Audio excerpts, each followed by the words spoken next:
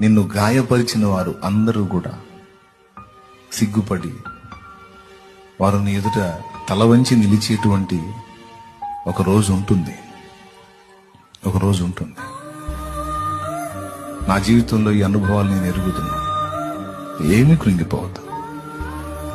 నిన్ను ఏం నిశ్చయించున్నాడో, నీకు ఏ కృప దాచిపెట్టాడో, నిన్ను అనవసరంగా చేయలేదు కదా.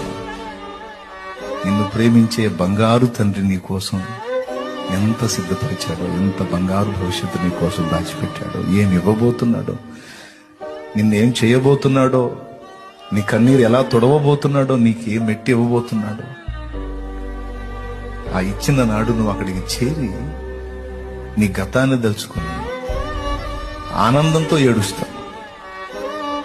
ఈరోజు బాధతో ఏడుస్తున్నావు, ఆనాడు ఆనందంతో ఏడుస్తావు.